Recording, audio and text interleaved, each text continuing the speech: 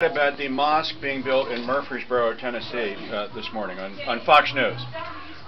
No politician I have ever heard talk about mosque being built in the United States and just sort of the influx of radical Islam in America has stated this quite the way you did, and I'd like you to maybe elaborate on this. You said Islam is not simply a religion, it's a political system as well. Yes. It's a culture, it's a religion, it's a political system. Talk about that for a minute. Our First Amendment specifies separation of church and state. Let me clarify what that means, because that has been confused. It means that our government cannot impose church, religion, or God on the people. That was one of the things that the founders fought for.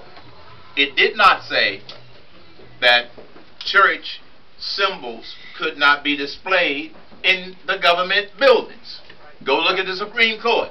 Now, we have separation of church and state. Islam combines church and state with what they call Sharia law. This is why I have been making the statement when asked about putting Muslims in my administration. I said, no, I'm not comfortable with that right off the bat. That's not discrimination. That's just being cautious. Because there are incidents around this country, like the attempt to build the mosque in Murfreesboro, like the attempt to build the mosque next to Ground Zero, and there are other exceptions all over this country. They use our First Amendment with the church part without judges sometimes recognizing that there's another component. And so the bottom line is, I believe in American laws, American courts. And in Murfreesboro, I talked to some of the people there. I had a conversation with one of the attorneys who's working on this case. And he said to me that they know for a fact that the Muslim Brotherhood is behind the building of that mosque.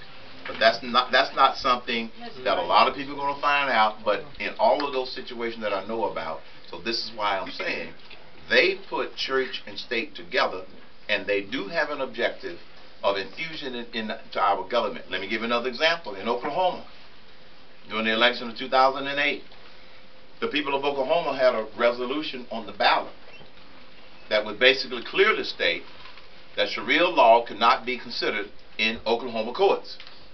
The reason that they did that, and by the way, it passed 70% to 30%.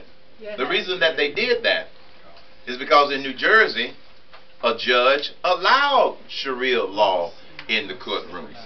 So Oklahoma was trying to nip it in the bud.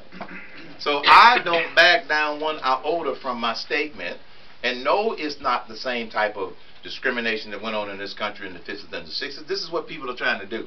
They're trying to intimidate those of us who are willing to state it clearly into not talking about it by trying to continue to create controversy. But in the words of my grandfather, I does not care.